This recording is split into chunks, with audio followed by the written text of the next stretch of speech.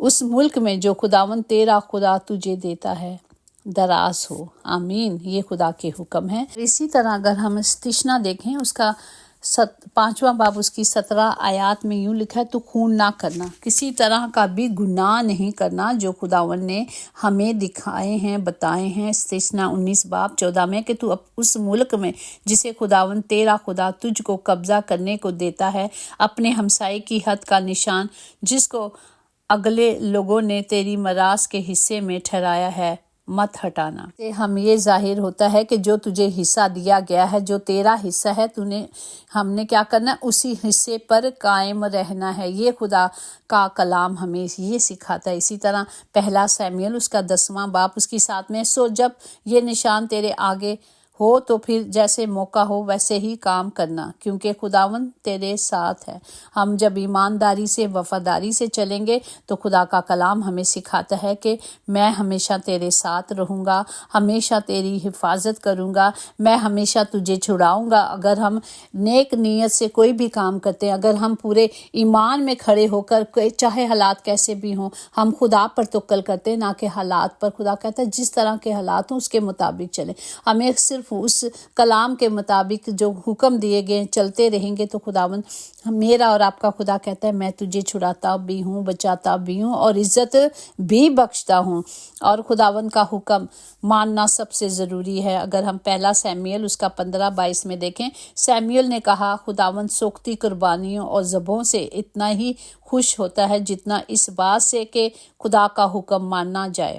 دیکھ، فرما برداری قربانی سے اور بات ماننا مینڈوں کی چربی سے بہتر ہے۔ جب ہم کچھ ہدیے نہیں دے سکتے، وہ ہماری قربانی سب کچھ ہو گئی۔ آج ہمیں صرف حکم کو ماننا ہے اور اس کے پاک حکموں کو اپنے اندر باندھ لے لینا ہے۔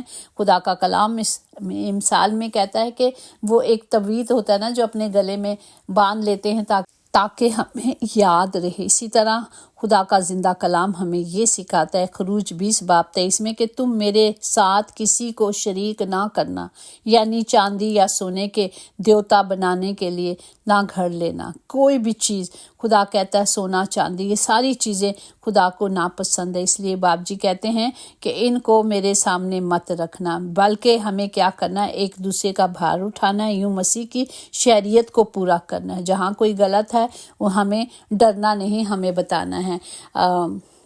میں جب جاب کرتی تھی تو میں ہاسپٹل، چھوٹے چرچ تھا، وہاں جاتی تھی، تو جب گئی تو فادر نے کیا کیا کہ بائبل زمین پہ رکھ دی۔ مجھے بہت برا لگا۔ میں نے دعا کے بعد میں نے فادر سے کہا فادر آپ نے بائبل کیوں زمین پہ رکھی؟ فادر کو بہت غصہ لگا، کہتا چرچ بہت چھوٹا ہے تو ایسے کیسے ہو سکتا ہے؟ تو میں نے کہا فادر جی ایک چیئر کو پش کر کے اس پہ بائبل رکھ دیا کرے۔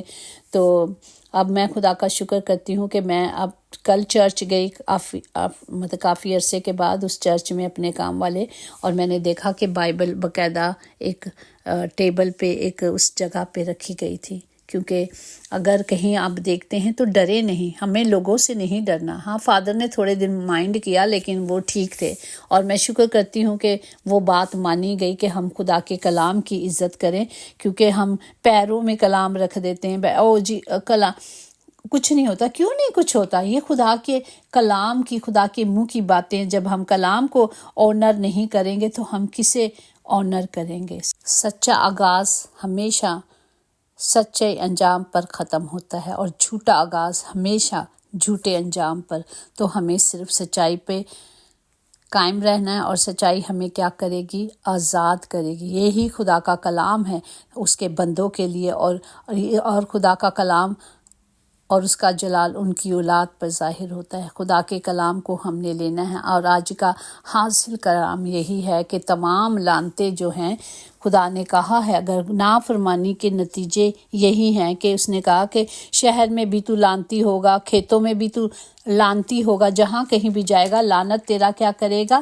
پیچھا کرے گا، اور خداوند تجھ کو تیرے دشمنوں کے آگے شکست دے گا۔ اسی طرح اگر ہم استثنا اس کا 28 باب دیکھیں، اس کی 32-33 آیات میں، تیری زمین کی پیداوار اور تیری ساری کمائی کو ایک ایسی قوم کھا جائے گی جس سے تو واقف بھی نہیں۔ اگر ہم استثنا 27 باب پورا پڑھیں اور اس میں بہت ساری لعنتیں ہیں، آپ ضرور پڑھیں، کلام پڑھنے سے ہی ہماری زندگی میں کام آتا ہے۔ اسی طرح استثنا 28 باب اس کے 45 میں، اور چونکہ تو خداوند اپنے خدا کے ان حکموں اور آئین پر جن کو اس نے تجھ کو دیے ہیں عمل کرنے کے لیے اس کی بات نہیں سنے گا، اس لیے یہ سب لعنتیں تجھ پر آئیں گی اور تیرے پیچھے پڑی رہیں گی اور تجھ کو لگیں گی، یہ خدا نے کہا ہے۔ اور مطلب یہ پیچھا نہیں چھوڑیں گی جب تک زمین پر رہیں گے۔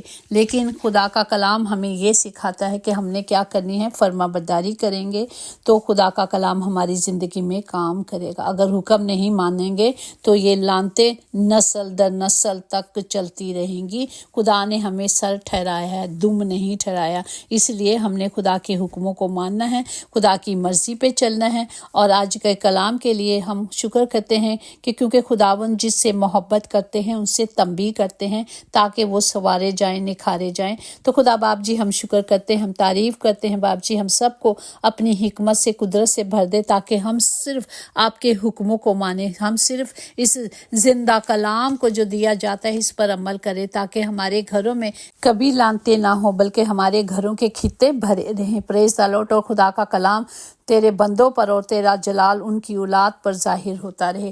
خدا باپ تمام گھروں میں آپ کی حضوری کو، معموری کو مانگتے ہیں باپ جی، جو سفر میں ہیں باپ جی ان کے سفر مبارک کریں۔ آج جتنے ہاسپٹل میں ہیں، گھروں میں بیمار ہیں باپ جی، اور جتنے نام آپ کی حضوری میں آپ کے پاک مذبح پہ رکھے گئے ہیں خدا باپ، میں ان سب کے لیے ہاتھوں کو بلند کر کے شفا کو مانگتی ہوں، کیونکہ یسوع میرا شافی ہے، کیونکہ میرا یسوع شفا دینے والا خداوند خدا ہے۔ باپ جی رحم کریں اور اپنا فضل جاری کرے۔ یسوع نام میں قدرت، قوت، طاقت پائی جاتی ہے میرے خدا باپ، ہم اسی نام سے، یسوع نام سے آپ کی حضوری سے مانگتے اور پاتے ہیں، آمین۔ یقیناً بھلائی اور رحمت عمر بھر ہم سب کے ساتھ ساتھ رہے گی اور ہم ہمیشہ اپنے خدا کے گھر میں سکونت کریں گے، آمین۔ God bless you all.